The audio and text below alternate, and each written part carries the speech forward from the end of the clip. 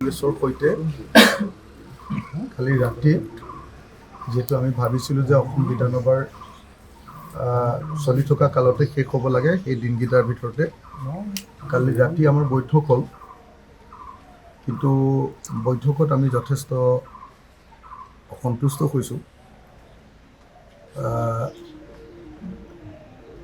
কথাবিলাক বদলি আছে, সেইকাৰণে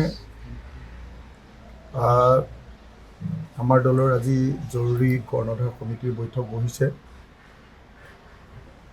কংগ্ৰেছক শেষবাৰৰ কাৰণে এখন চিঠি দিয়াৰ সিদ্ধান্ত গ্ৰহণ কৰা হৈছে। খন্তেক সময়ৰ পাছতে কংগ্ৰেছৰ কাৰণে এখন চিঠি দিয়া হ'ব। সেই চিঠি হোৱাৰ পাছত যদি কংগ্ৰেছৰ ৰেছপন্স পজিটিভ হয় তেতিয়াহ'লে ভাল, আৰু সেইটো কমপ্লিটলি এতিয়া সেইকাৰণে কংগ্ৰেছৰ ওপৰত নিৰ্ভৰ কৰিব। কংগ্ৰেছৰ এখন নিৰ্দিষ্ট কমিটি গঠন কৰি দিছে।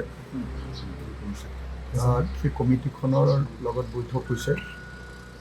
মই আপোনাৰ সভাপতি গৌৰৱ গগৈ ডাঙৰীয়াৰ অনুৰোধত সেই কমিটিখনত আমাৰ কিছু সংখ্যক নেতা আৰু তেখেতক কিছু সংখ্যক নেতাৰ লগত আমি আলোচনাত বহিছিলোঁ। আলোচনাত বহুতে কথাবিলাক আগতে কিছুমান কথা চিজিল হৈছিলে, সেইবিলাকো আকৌ খেলি মেলি হৈছে। আগতে যিবিলাক সন্মতি দিছিলে সেইবিলাক কথাও আকৌ বদলি হৈছে। গতিকে মঞ্চন খুব বেয়া বেছিয়ে বেয়া। আৰু আমি খুব টেনশ্যনত আছোঁ, টেন্স চিটুৱেশ্যন। দলৰ ভিতৰতো আমি আলোচনা কৰিবলৈ যোৱা মানুহকেইটাৰ ওপৰতে খং চবৰে। দলৰ ভাবিছে যে আমিহে কনভিন্স কৰিব পৰা নাই, আমিহে কঠোৰভাৱে কথাটো ক'ব পৰা নাই। আমি দলৰ কিছুমান পুৰণি মানুহ যিবিলাকে দলৰ ডাঙৰ দায়িত্বত আছে, আৰু কোনোদিন একেবাৰে দলটো দুৰ্বল অৱস্থাত আছিলে, জন্মলগ্নৰ পৰা যিবিলাক মানুহ আছিলে দুৰ্বল অৱস্থাত, সেই মানুহবিলাকক চিট নিদিয়াকৈ আমি নোৱাৰোঁ। আৰু এটা কথা আপোনালোকক মই জনাই থওঁ, আমি মাত্ৰ 15টা চিট বিচাৰিছোঁ। তেওঁলোকে আগতে খুটি এটা মাৰি দিছে যে 100টা চিট লাগিবই। 100টা চিট লৈ যদি চববিলাক তেওঁলোকৰ মনৰ পচন্দত লয়, তেতিয়াহ'লে কেনেকৈ এলায়েন্স হ'ব আপোনালোকে নিজে কওক। 100টা চিট লোৱাৰ পাছত হয়নে নহয়, আমাকোতো কেইটামান জিকিবলৈ দিব লাগিব ন।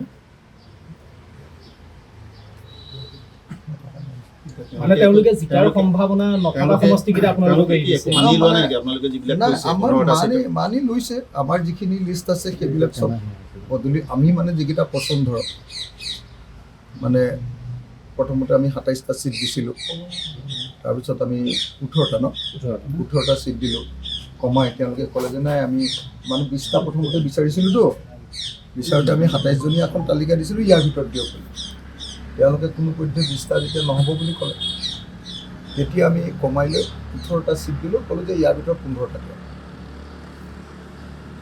এতিয়া তাৰ ভিতৰত আমাৰ যিকেইজন গুৰুত্বপূৰ্ণ মানুহে খেলিব, সেই চব চিটবিলাক লাগিছে। এই যে 11টা দিয়া কথা কৈছে, গতিকে সমষ্টি মিলা নাই, সমষ্টিও মিলা নাই। আৰু মিনিমাম 15টা যে কৈছে, 15টা দিম বুলি কৈছে, মোৰ 15টাও হোৱাগৈ নাই, সমষ্টিবিলাকো মিলা নাই। আকৌ মূল পদবীত থকা মানুহবিলাককে যদি আমি আওকাণ কৰোঁ, আটাইতকৈ বিপদৰ সময়ত থকা মানুহখিনি, তেতিয়াহ'লেনো কেনেকৈ আকৌ পাৰ্টিটো উঠাম। চিঠিত কি আৰু কিছুমান বস্তু